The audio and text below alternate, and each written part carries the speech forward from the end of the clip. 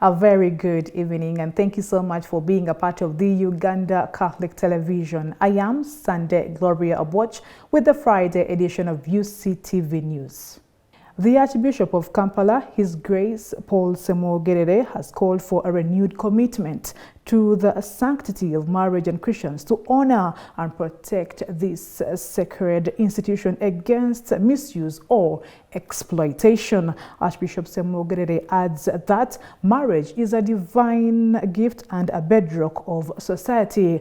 All this was at the marriage conference held today at Hotel Africana. Today, at Hotel Africana, the marriage conference organized by the Bible Society of Uganda unfolded, drawing a diverse gathering of over 400 individuals. Among them were esteemed church leaders and clergy, including Archbishop of Kampala, His Grace Paul Semogerere, plus other leaders from the various churches and denominations. As the conference commenced, the Archbishop, His Grace Paul Semogerere's opening address set the tone, underscoring the sacredness of marriage as a divine gift rooted in biblical narrative in Genesis 2. He emphasized marriage as a bedrock of society, urging the attendees to honor and protect this sacred institution against misuse or exploitation. It is a gift that came from God, and for that is very important for society. And for us Christians and believers, we must protect that kind of marriage. And marriage is good for society because, one, it is the foundation for the family. It is the first school for our children. It is the first church where children get to know who God is and love Him and respect Him and serve Him. So now, since that story of creation, marriage has been continuing. It had challenges, even from the start. Adam and Eve had challenges when they first sinned. Justice Mike Chibita, the president of the Bible Society of Uganda, delved into the practical aspects of marriage, highlighting the importance of drafting wills to safeguard couples' interests, especially in unforeseen circumstances. The couples in marriage to be able to continue in marriage, but aware of the legal issues that arise. And so we talked about making a will, and I was encouraging them to make wills, because it simplifies matters after somebody has died. Then we know who will inherit the property, who will go to the bank and access the accounts and those kinds of things. It helps reduce chaos when there has been a death. Justice Chibita also shed light in the thorny issue of property disputes within marriages, a factor often contributing to the breakdown of unions and high divorce rates in Uganda. Couples own more property than they did like 40, 50 years ago. This is good, but there is a negative part which we are seeing, that especially the young couples, but it's not restricted to young couples only, couples now begin wrangling and fighting about who owns this property, what did you contribute, and so on. And so we were also talking about the issue that let the property not divide us. And one of the ways of ensuring that the property doesn't divide us or cause a problem is at acquisition. We should agree in whose names is this property going to be. Further enriching the discourse, Justice Chibita addressed the delicate matter of DNA mismanagement, which has caused rifts in many Ugandan households. He stressed the significance of parental roles beyond biological ties, advocating for nurturing and supportive environments for all children. DNA from a Christian perspective, we all want to know, am I the son, am I the daughter, am I the father? But I was trying to appeal to them to say that the issue of fatherhood extends beyond just being the biological parent, that you can actually raise children or other people who are not biologically yours. Dr. Evans Atwine, the CEO of International Center for Mental Health and Family, brought the psychological perspective to the conversation. He addressed the pivotal role of communication in marriage, likening it to a catalyst for growth, trust building, and emotional healing. Dr. Atwine's plea to clear the communication channels resonated deeply with the audience, offering practical insights for fostering healthy marital relationships. Eco investments, and we expect better results for the benefit of the partnership. And so when we have good communication, it fuels growth. We are able to grow. It promotes transparency and accountability. It helps us to connect emotionally because we have truth. It builds character. And so it is very, very important. And then, of course, it removes suspicion. Everyone is able to go on the same. It promotes teamwork. You can't have teamwork when you do not have good communication. But where it lacks, then we have the opposite. We have suspicion, we have confusion, we have anxiety, some people get depressed, and so it's always very important to have clarity. Clarity is important in relationships. As the conference drew to a close, participants shared their reflections, expressing gratitude for the wealth of knowledge gained. Many remarked on renewed understanding of marriage dynamics, the importance of wills, and the transformative power of effective communication. I have learned that communication is key to a healthy marriage, and I want to thank them so much for caring about married people, to bring out something that can help and sustain and maintain them in marriage. Laws that affect marriage in Uganda, and for couples to take precaution before marriage to get it right, like what marriage should they contract in the first place? Is it a church marriage? Are they going for a civil marriage? Are they going for a traditional marriage? And what each one of them encompasses. So he cautioned those ones that are going for traditional marriages, especially to know that these marriages are potentially polygamous. And if they're polygamous, it's not enough that you have this marriage certificate. You need to know that. Number one, of course, as a priest, I know I engage with quite many couples in my life. I counsel many people, not only respective like the prisoners, but there are many couples who come for counseling. So this is an addition to my knowledge on how to support families, because what I know, the country will be better if our families are good. The marriage conference organized by the Bible Society of Uganda at Hotel Africana stands as a testament to the enduring sacrifice of marriage in society. Through the collective wisdom and esteemed leaders, legal experts, and mental health professions, attendees were equipped with the invaluable insights into nurturing and safeguarding marital relationships. Nora Osende for UCTV News. Now, the Uganda National Examinations Board UNEB is set to administer 4 distinct examination sets in 2024, marking a significant shift as the government phases out the old curriculum and introduces a new one at the Uganda Certificate of Education level. UNEB Executive Director Dan Odong made the announcement at a press briefing at the Uganda Media Center today that in addition to the new curriculum, UCE exams, a transitional UCE examination will also be conducted under the old curriculum. Requires candidates to register for a minimum of 8 subjects and a maximum of 9 subjects. This is a slight departure from the old curriculum where the maximum number of subjects a candidate would register for would be 10. This curriculum gives allowance for 9 subjects and not 10. Continuous assessment or CA scores for the subjects offered and the projects that are being done by each candidate will be a requirement for certification. For the UCE transitional exam, which is based on the old curriculum, the board requires that the candidates who are going to qualify for this examination will be those who sat in 2023 or earlier and would like to improve their grades. Those who registered for the UCE 2023 or earlier but were unable to sit for various reasons. Those whose results for the 2023 examinations have been cancelled and those who fail to register in the UCE examination, again, for various reasons. These must have passed, must have the PLE of 2018 or earlier. Adult candidates who are 20 years old and above and did not sit PLE, this will require special permission from the board before they can register.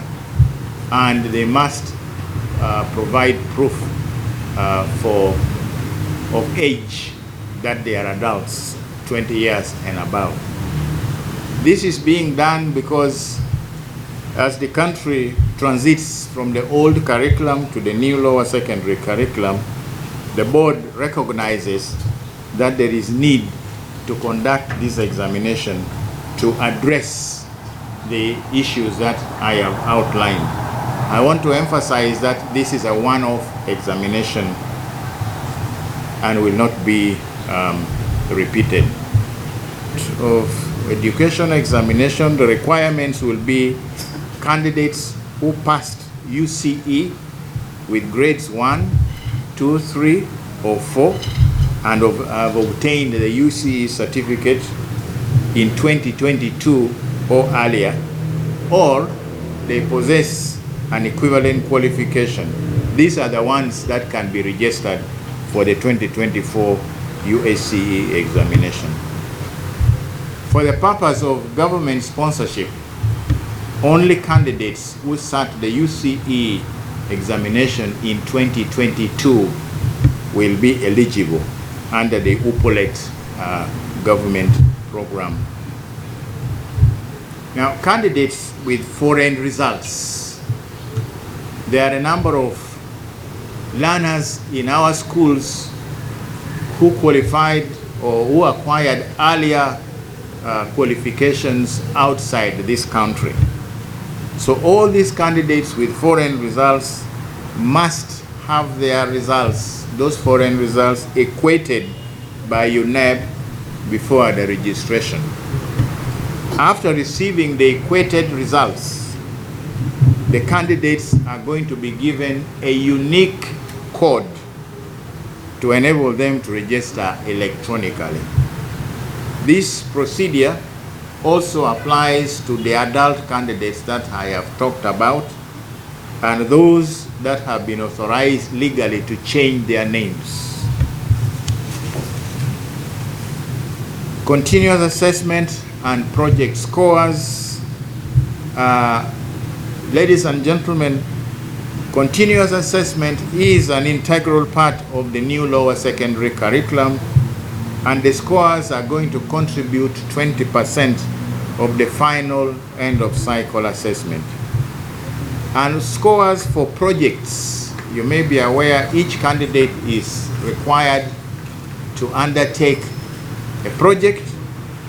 The scores for these projects will be reported separately on the certificates. In other words, the UCE certificate will have a provision where the score that the candidate obtained in the project will be reported.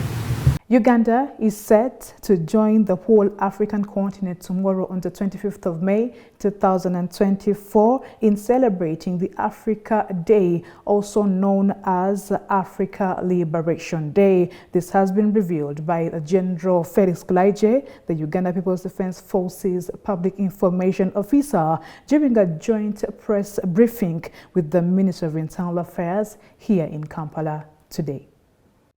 The Africa Day, which is marked on every 25th of May, was set aside to celebrate the achievement and progress of liberation movements around the continent and across the world to symbolize the determination of the people of Africa to free themselves from foreign domination and exploitation. The Defense Public Information Officer Felix Kulaije gives a brief overview on how Uganda intends to commemorate the day under the theme, guaranteeing a safe environment for a digital Pan-African education system, creating a center of gravity for the United African States. From the Independence Monument at Sheraton Hotel, the routing I will ask my colleague from Internal Affairs to give it to you. The groups that she has arranged, those that have volunteered to come on their own and join us in this solidarity march, and we shall end up in Kololo ceremonial grounds where we are going to have festivities. We have also worked with the African ambassadors who have arranged with their countries to come and exhibit the products from their countries, cultures from their countries. So we shall have cultural dances exhibited by different countries in Kololo. And of course we shall have speeches, and at the end of the day we shall call it a day after recommitting ourselves to the socio-economic transformation of the African people. In the same vein, Alithia Nachual, who doubles as the senior immigration officer and the deputy spokesperson at the Ministry of Internal Affairs, highlights on the March of Solidarity, an activity which is going to precede the formal celebrations at Kololo. Military, we shall have a team of 20 officers, then followed by police, also a team of 20 officers. Then we shall have prisons coming afterwards, a team of 20 officers too. Then immigration will follow after with a team of also 20 officers, and the scouts followed behind. Then the route will start from the Independence Monument up there. Then it will come down through Serena, then comes down until Centenary Park. Then we climb up until the entrance of Kololo Independence Grounds, and we shall commemorate the Solidarity March like that. Clergy concluded by disintegrating the urgent need for unity among the African countries to enable the continent's economic elevation. Families ezimu zesanga nti abenganda bali eno abala bali bunayira lwensalo. Namba 2 nti mukutwawulayawulamu tebakomaawo batunyunyunta basimba oluseke olusingana bannaffe abateeso mukutunyunyunta nekitusigaze emabega nekyo ekisinga obukulu kye basinga okukola kutwayawuzayawuzamu mu bwongo n'otunuye mufirika munno n'omulaba ng'omulabe mu kifo ky'okumulaba ng'owooluganda. Kati ekyo kitulemesezza okuteeka wamu amaanyi gaffe tukulaakulane ng'olukalu. So omuntu omufirika ate nga tukimanyi nti yasooka ku lukalu lw'ensi eno manya ku nsi kuno naaba nga akyasigadde emabega kituluma. Kyandibadde kirungi n'olwekyo nti buli alumirwa Afrika alwanirire okwegattako olukalu lwa Afrika luno. Naye mbalabula nti omumpembe omutujju omuzungu omufuzi w'amatwale tannatuta tajja tulekerera kyetuva twetaaga amaanyi agawamu. Ekyokubiri twetaaga okunula obwongo bwaffe tumanye obuzibu n'omulabe. Omulabe yaani si mufirika munno, omulabe ekyeruppe atayagala weegatte. Okulowoleza mu nsi zaffe entonotono ng'ate twandibadde ensi ez'amaanyi muziraba zonna nnene. Bw'oba onoovuganya owa kiro 9 gwe kiraana toyina w'oyita.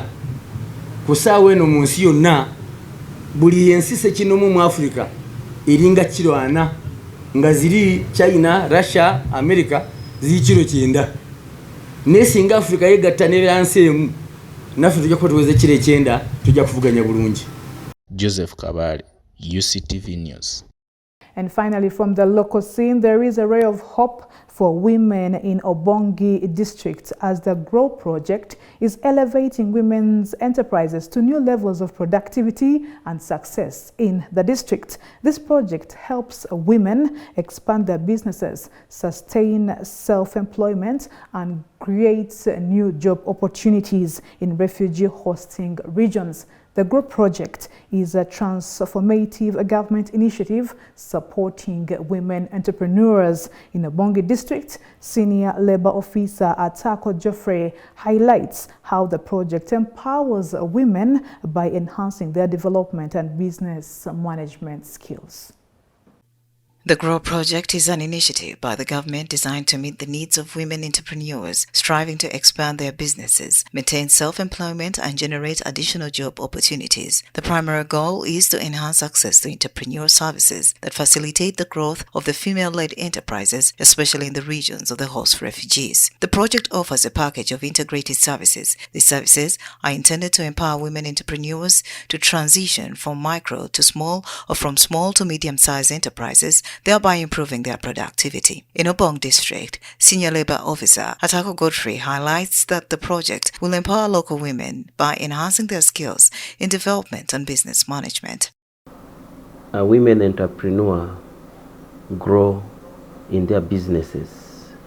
We have a program like Emioga, we have the PDM, we have Dr. Deep, we have NUSAV that has gone, but with another hope seeing that there is a NUSAV 4 that is coming on board. We have partners that have supported both host and refugees, and they have been provided with the startup capital.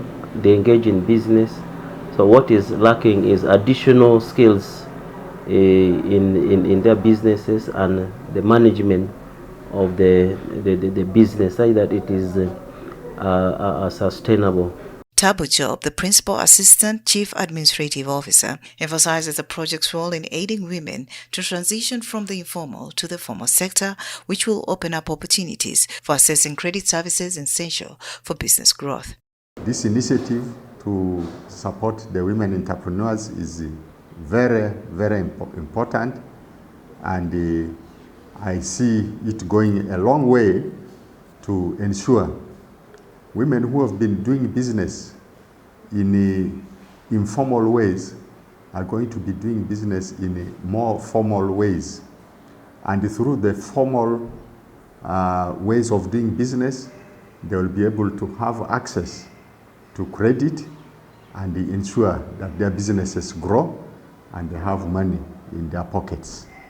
The Vice Chairperson of Bongi District, Onkuzi Louis Drali, points out the district challenges with entrepreneurship development, particularly among women. He believes that the support provided through the project will blossom business enhancement. Training provided under this project will equip women with crucial skills in record keeping, allowing them to monitor business progress and increase their savings rate. Women group will be taken for training, and after completion of the training, they will be supported with the various startup kits, startup funds, and also secondly, they will be also taken through financial literacy training and good record keeping. You know why we are doing this, or why the organization is doing this, is we realize, well, all of us, we do have business ideas, but only that we are not having much business skills in running up the business that we may intend all us to do. So by undergoing through this kind of training, we shall be in position, or our entrepreneurs will be in position to have good record keeping of their business, take stocks, and also check their business, how the progress is. Ochieng Samuel, the program director, elaborates the project's development objective is to increase access to entrepreneurial services for female entrepreneurs in targeted locations, including both host and refugee communities. This initiative aims to boost household incomes and support women's empowerment and enterprise development. Overall aim is to ensure that women who are engaged in business are able to grow their businesses from one level to the other. We are able to support this woman in terms of giving skills, vocational skills in different trades, but also building their business development capacity in terms of financial literacy, in terms of marketing, in terms of soft skills that position them very well to be productive in making their businesses. But more important is that we have post-training activities. Naku Charles Wanga, Director of Transformation and Restoration Initiative and implementing partner of the Private Sector Foundation under the GROW project, adds that the target group includes women already engaged in business. The project focuses on building their capacity through vocational skills training. We are targeting women already in business to build their capacity, build their financial literacy, so that their small businesses can grow into bigger businesses. Through vocation skill training, we link them to DIT for assessment so that they become professional entrepreneurs. Overall, the GROW project is a strategic effort to empower women entrepreneurs in Uganda by providing them with the necessary skills and resources to grow their businesses, enhance productivity, and transition them to formal sector, thereby contributing to economic development in targeted districts, including refugee hosting areas. It's time now for Today in History.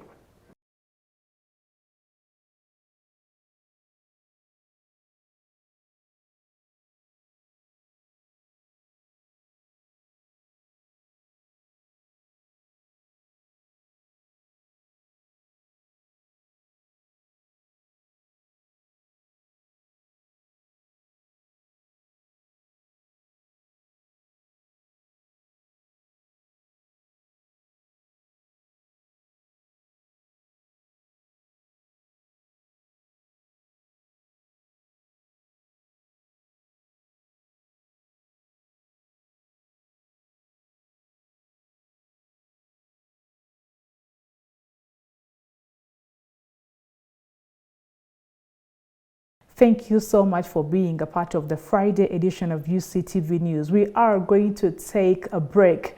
Don't forget, when we return, it will be time for the ROM reports.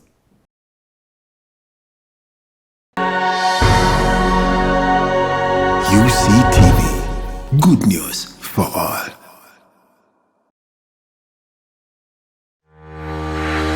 Catch incredible stories of resilience, success. You can manage dirty money with a topping of inspiration. Get interested in people, not interested in yourself. Inspire, achieve, repeat.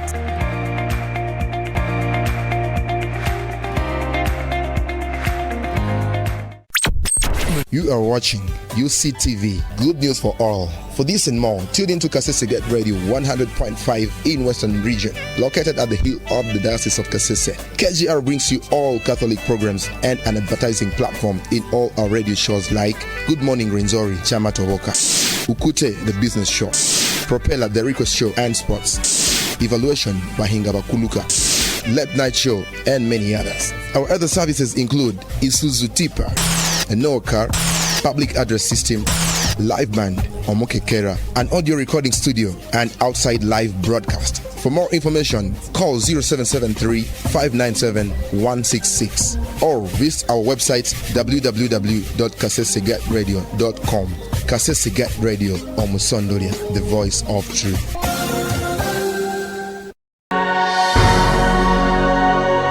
UCTV, good news for all.